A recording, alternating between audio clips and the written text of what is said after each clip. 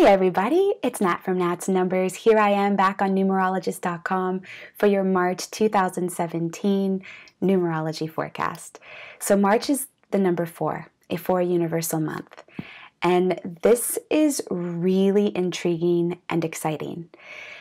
When people come to me and they find out that they're a 4 life path or a 4 name number, they're usually discouraged and disappointed because they say, Nat, really? Like, the 4, the superpower of practicality and pragmatism, come on.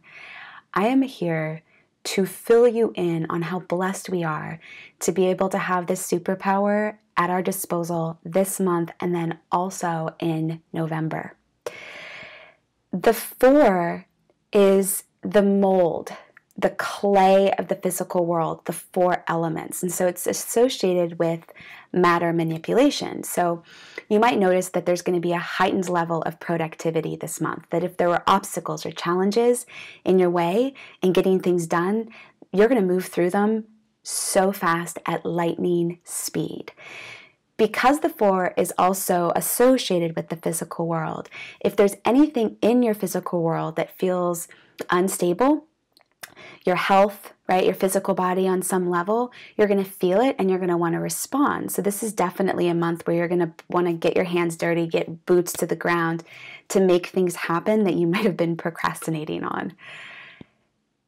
And yet, to really be able to access matter manipulation, to be able to really see that amazing productivity of building something right before your eyes or feeling that sense of security and safety and protection that the 4 brings, we got to learn a really essential skill that we don't talk about often enough when we're talking about the number 4. And I want to illustrate what this skill looks like through a story. I have a dear friend, his name is Stan, and he is the perfect research subject for me because he's a double 4. He's a 4 life path and a 4 name number.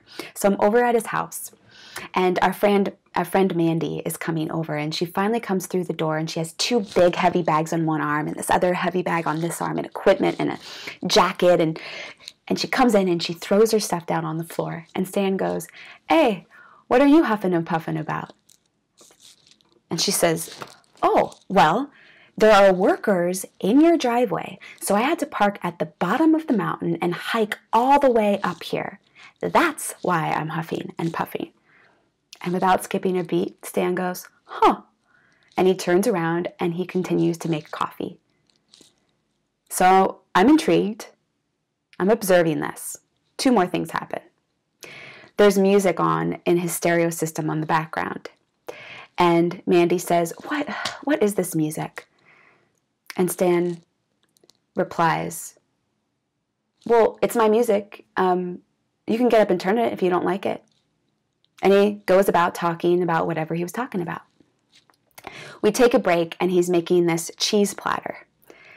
And Mandy comes over, and she puts a piece in her mouth, and she just goes, "Oh my God, is this cheese 10,000 years old? It's so hard." And he says, "Oh, you probably just ate the rind. I don't know." And I literally raise my hand, and I'm like, "You guys, time out. Time out. Something is going on here." They both look bewildered. They're like, "What are you talking about?" I said, "Listen, if somebody came to my house and they were upset about having to hike up my driveway, they didn't like my music, and they weren't pleased with the food that I put out, I would be frustrated, hurt, dejected, angry. You'd be seeing a whole different set of circumstances, probably that would dovetail into a day or 2 of just being generally in a bad mood." "Stan, how do you not do that?" And he said, oh, well, not my stuff, not my shit." Now, the backstory behind this guy is he is an amazing psychologist who works with people who are really struggling with inherent instability, people that are dealing with manic depression, borderline personality disorder, all of these types of things. And so he was telling me that he had to learn how important it was to use that 4 superpower to develop boundaries, to develop strength, and to be able to distinguish between what is his and what isn't his.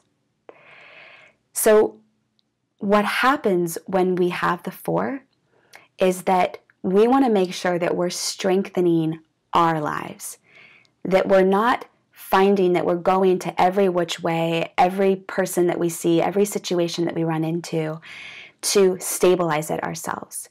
Because then the 4 can't generate the amazing protection, strength, and productivity that it wants to generate for you and your life. So here's my challenge to you. I want you to try as just an experiment, at least for just one day this month, assuming that unless somebody directly tells you otherwise, what's going on with them is not your stuff, not your shit. This is life transforming, in particular for those people that are 2s, 4s, and 8s in their core charts. This is a really powerful lesson for you.